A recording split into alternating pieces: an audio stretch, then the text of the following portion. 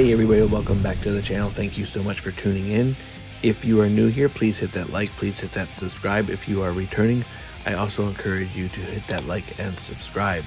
Today we got something a little bit different. We are going to be going through my ultimate collection, and I've picked out the top 10 favorites in my collection. This is not of last year. This is all the ones that I have currently. I've been collecting for about just shy of 3 years. And these are all the ones I've added to my collection. These are my top 10 in my collection that I absolutely love. And there's a few honorable mentions. So let's get right to it, shall we? Our first honorable mention goes to Eddie Guerrero. This is the 2023 Ultimate Edition Best of Ruthless Aggression Series 1. This figure got a lot of flack for it being too big in the torso and the legs are too skinny. And while I do believe that, I do think the legs are too skinny and the torso is big. But when you put the Latino Heat shirt on him, I think it looks really good. And this is the Eddie Guerrero that I know of. This is the one that I watched most often when he made his way to the WWE and was world champion. So he holds a special place in my heart, and that's why this figure for me comes in as the first honorable mention. Next up we have Hulk Hogan from 2022. This is from the Ultimate Edition Series 13. He comes with the old school WWF title, and this comes in as an honorable mention. This comes in as an honorable mention because this is the Hogan that I was first introduced to when I got into watching wrestling. For that reason, I made him an honorable mention. There is a reason, as you'll see as this video goes on, as to why this particular figure is not in the main top 10.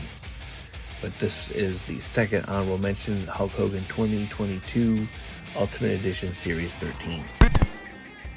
Our next honorable mention goes to the 2023 Mattel Ultimate Edition Series 19 Kurt Angle. The reason this one didn't make it to the main top 10 is because of the absence of a bald head sculpt. I know their plan is to make other Kurt Angles with the bald head sculpt. I feel like as an Ultimate Edition, they should have given you that option. It has everything else. It comes with the gold medals, comes with the world title, comes with extra hands. It comes with 3 head sculpts. One of them is the crying one, which is a classic, but I really feel like the one that's on the figure himself with the sort of frowning, upset face, that could have been a bald head sculpt. This also, I guess a lot of people don't like it because they feel like the torso is weird. I feel like it looks great as he's posed like this. This is how he's posed on my shelf. I think it looks great in the right poses and everything. I have no issues with the cloth singlet.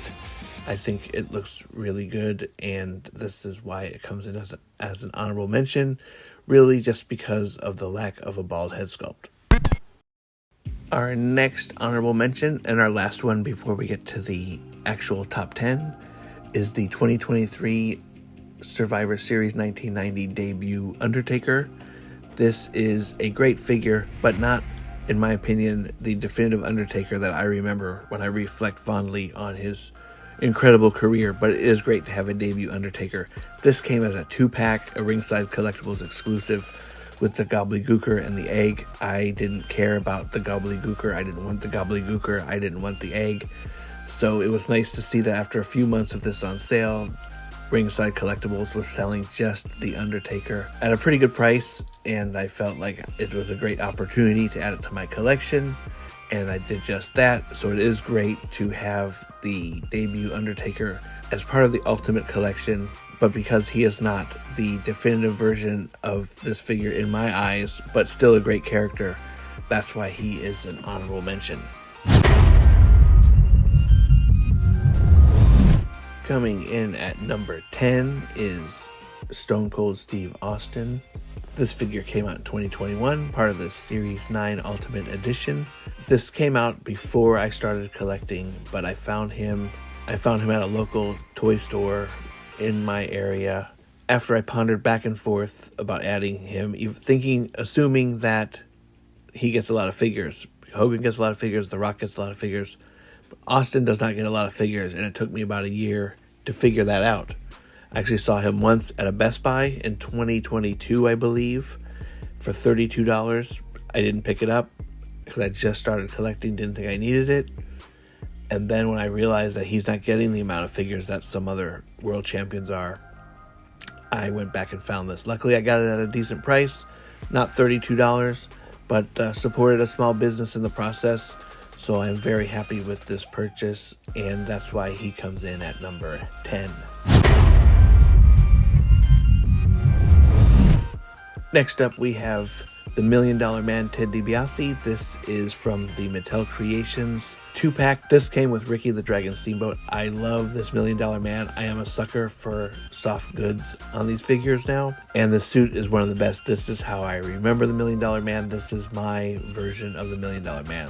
Coming with the fanned out money is a bonus. Everything about this figure is phenomenal, and the attention to detail comes with extra head sculpts, but this is how he is displayed on my shelf, and due to the fine detail of this figure, that's why he comes in at number 9. Number 8 gets us to Yokozuna. This is a figure that I actually never thought they would release as an Ultimate. I don't know why, but he comes with a soft goods robe, he comes with the bucket and the Winged Eagle World title, fully detailed. I believe he had a chase figure in this version, but I like the red and the black. The large figure, heavy figure, a lot of weight on this figure. Great detail, great era. Actually a great champion in a questionable era of WWE. This big beefy figure comes in at number 8.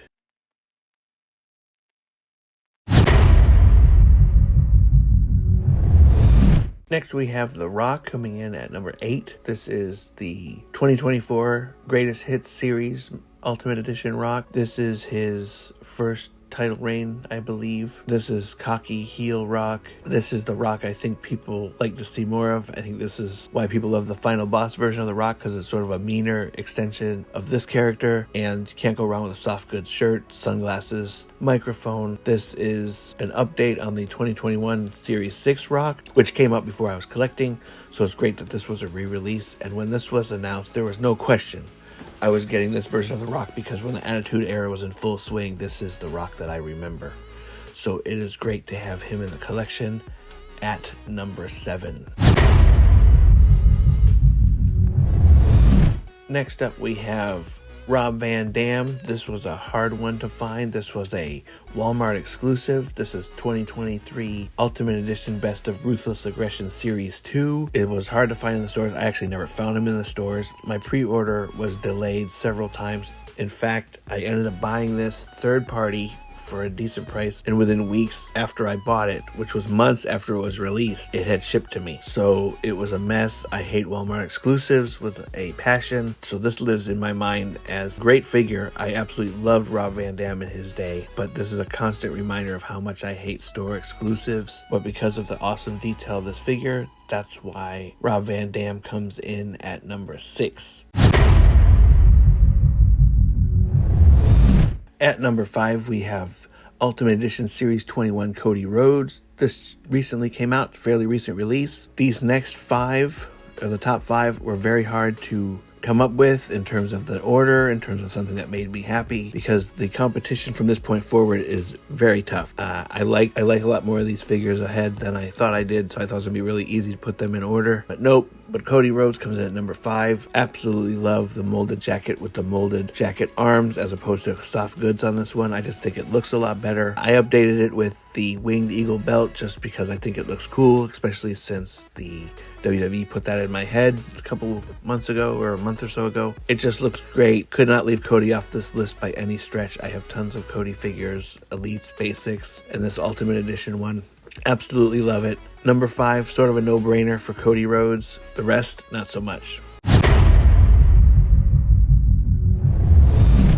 Number 4 comes in with Ric Flair from 2021 Ultimate Edition Series 9. This came out before I was actually collecting. I ended up getting this off third party off of eBay, complete.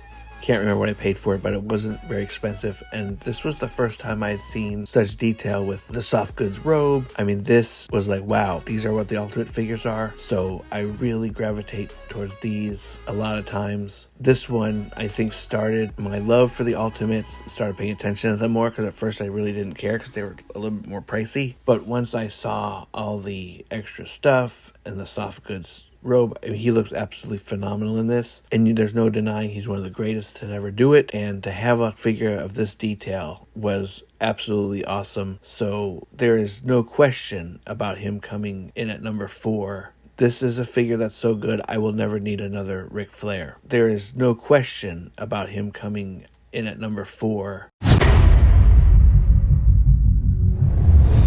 Coming in at number 3 is another one that sets the tone for what I think all Ultimates should be. I didn't ever think I would get this at a decent price. This, again, another one that came out before I officially started collecting. Went back to see what other stuff was released. Found this one on eBay. Loose and complete. Comes with a cape, which I don't really care about, but it comes with a cape. The little voice modulator. The world title. A great, sturdy figure. This thing feels like it has real weight in it.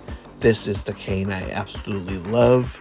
I think Kane had one of the best careers ever in WWE for a multitude of reasons, and this represents everything I liked about the character. Another figure that is so good, I don't think I will have to spend money on another Kane.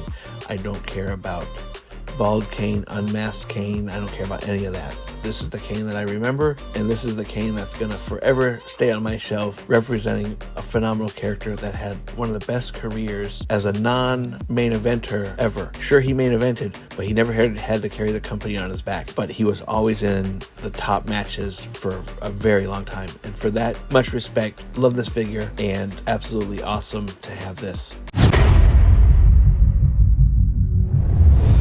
So coming in at number 2 is another figure from the 2019 era that came out before I was collecting. And this is a figure that I use as the very epitome of an example of what an Ultimate Edition should be. I love this figure so much for everything that it comes with. It leaves nothing off the table. This is the Triple H that I know. This is the Triple H that I love. You get the sledgehammer, you get the ball of water, you get the chainmail attire, you get the large heavyweight title. This is truly an Ultimate, and it was back and forth between this and the number 1. The number 1 holds a special place in my heart just for how different it is, and we're going to get to that. But this Triple H that came out in 2019 that represents the 1999 SummerSlam event is one of my all-time favorite Ultimates, and I wish Mattel would get back to making them like this. The new ones feel lighter and cheaper, and I don't know if they purposely leave stuff out because they know they're going to make others. This Triple H is so good. I absolutely love it. I don't buy the other Triple H's. I know he had another one that said game over. I don't need it. This to me is game over. This is a great Triple H. So that's why this one comes in at number 2. And this brings us to number 1. Number 1 is so different and so just incredibly awesome. It is Hulk Hogan as Rip from the No Holds Barred movie. This came as a 2-pack. It was a San Diego exclusive.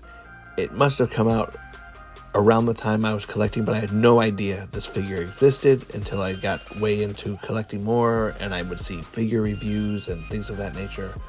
It's not that I love the movie. The movie is highly forgettable. I haven't watched it in 20 years. It's highly forgettable to me. I remember as a kid, even I didn't like it then. I know it's gained cult status as time has gone on, but this is so different than any other Hulk Hogan figure I own, and I own a bunch of them. But the blue and the white attire, the belt with the white strap, everything about this figure is awesome. It just looks so different compared to any of my other Hulk Hogan's. I found it on an online toy store site. I was selling it for $100. That's as the 2-pack, mint condition, came with Zeus. It was unopened, and just unbelievable. I actually never thought I'd find it. I thought it was going to be super expensive, and it was just one of those that I have to go without. But I love this figure so much that it's incredible to have in the collection, and that's why this is my number 1 pick for this list of my favorite Ultimates in my collection. So there you have it. Thank you so much for tuning in. I hope you enjoyed this video as much as I enjoyed putting it together. Always a controversial topic when you try to put things in categories and top 10 lists and things like that, but I had a lot of fun putting it together. Let me know what you think. Put your top 10 below. Let me know what figures you're looking forward to in 2025. But I do appreciate you watching. If you've made it this far, please consider giving this video a like. Please consider subscribing to the channel if you find any of what I do entertaining or fun. And I look forward to seeing you in the next one. Thanks so much. Have a good day.